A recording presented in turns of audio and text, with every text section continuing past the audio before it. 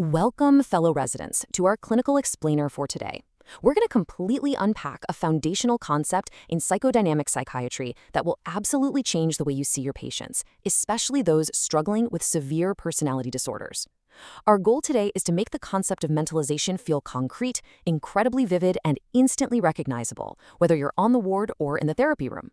So grab your coffee, get comfortable, and let's bring our best focus to this comprehensive clinical journey.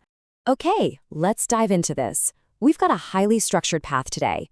First, definitions and basic concepts. Second, development, attachment, and trauma.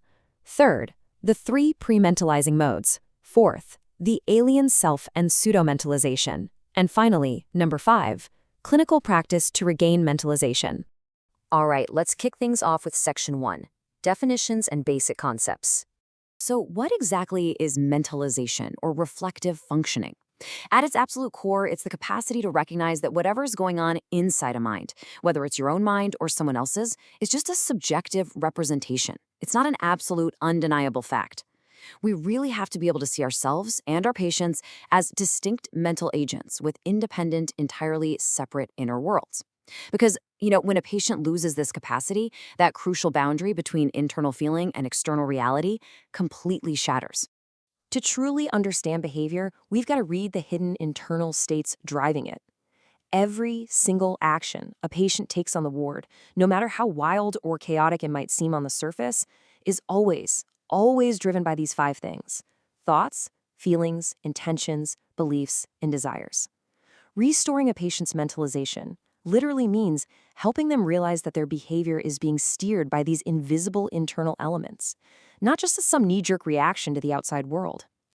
Moving right along to section 2, development, attachment, and trauma. Now, you might be wondering, how do we actually build this complex mental capacity? Well, it doesn't just magically appear out of nowhere. It's forged during infancy.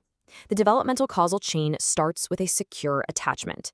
Within that safe bond, a caregiver provides what we call marked mirroring. Basically, they reflect the baby's emotional state back to them, but in a slightly exaggerated way that marks it as the baby's feeling, not the caregiver's. It's this precise, accurate mirroring that helps the child build an internal representation of their own affect. And that is exactly what gives rise to the realization of the self and the other as separate mental agents. Now, what's really interesting about this slide is the biology behind it. Take a look at the right orbital frontal cortex. This area physically encodes those early implicit relational experiences and attachment schemas. It's literally where the unconscious procedural memory of how to relate to others is stored in the brain, linking our innate, raw emotions with the recognition of the external environment. It's just a brilliant piece of neural architecture. But what happens when things go wrong? When a child experiences trauma or abuse, this beautiful developmental chain breaks. The intrapsychic mechanism is actually quite tragic. Think about it. An abused child is faced with an unbearable reality if they try to imagine what is going on inside their abuser's mind. So, as a desperate form of self-protection, the child defensively withdraws from the mental world entirely. They just shut the system down. Fast forward to adulthood. When they experience high emotional arousal, this primitive defense system kicks right back in, and their capacity to mentalize just completely collapses. Which brings us to section 3. The 3 pre-mentalizing modes. Let's look at what happens when the mind loses its footing. First up is psychic equivalence. And guys, this is a truly terrifying state for the patient. It's an intrapsychic mechanism where whatever the patient is feeling inside is treated as an absolute identical reality on the outside. There's zero representational distance. The boundary between what I am thinking and what is actually happening in the world is completely obliterated. Let's anchor this with a concrete example. A patient in this mode won't say, it feels like I'm reacting as if she rejected me. No way. They will look at you and say, I feel that she hates me, therefore she absolutely hates me, full stop. Treating a subjective feeling as an undeniable, objective fact is the absolute hallmark of psychic equivalence. In their head, their thought isn't just a thought, it is reality. The second primitive mode is pretend mode. Mechanically speaking, this is where mental content and words are entirely decoupled from the felt reality. Thoughts become this sort of as-if game, without any grounded affective meaning. It creates a state where the patient seems to have insight, but it's completely hollow. It's fake insight. In therapy, this manifests as pseudo-insight. You'll see a patient talking incredibly fluently, using all the right psychological jargon to describe their severe childhood trauma, but they display absolutely no emotional contact or actual distress. It's like they're reading a grocery list. They use a massive wall of words to defensively avoid actually touching the lived emotional reality of their pain. And the third one is the teleological mode. For patients stuck in this mode, words mean absolutely nothing. Internal mental states like someone caring for them or feeling affection are only understood as real if they are translated into concrete, observable physical actions. The sharpest, most painful example of this is when a patient demands tangible proof. They'll say, "If you actually care about me, prove it by giving me this specific medication right now." Or, tragically, they might resort to self-harm. Self-mutilation is a desperately concrete attempt to communicate. Because they can't express their internal agony through words, they have to create a physical wound on their body just to make that pain real and visible to the outside world. And this table brilliantly illustrates how to confidently make a differential diagnosis between these three modes, right there on the ward. Knowing if your patient is trapped in psychic equivalence, pretend mode, or teleological mode is absolutely crucial because it completely dictates the direction of your therapeutic intervention. All right, moving to section 4, the alien self and pseudo-mentalization.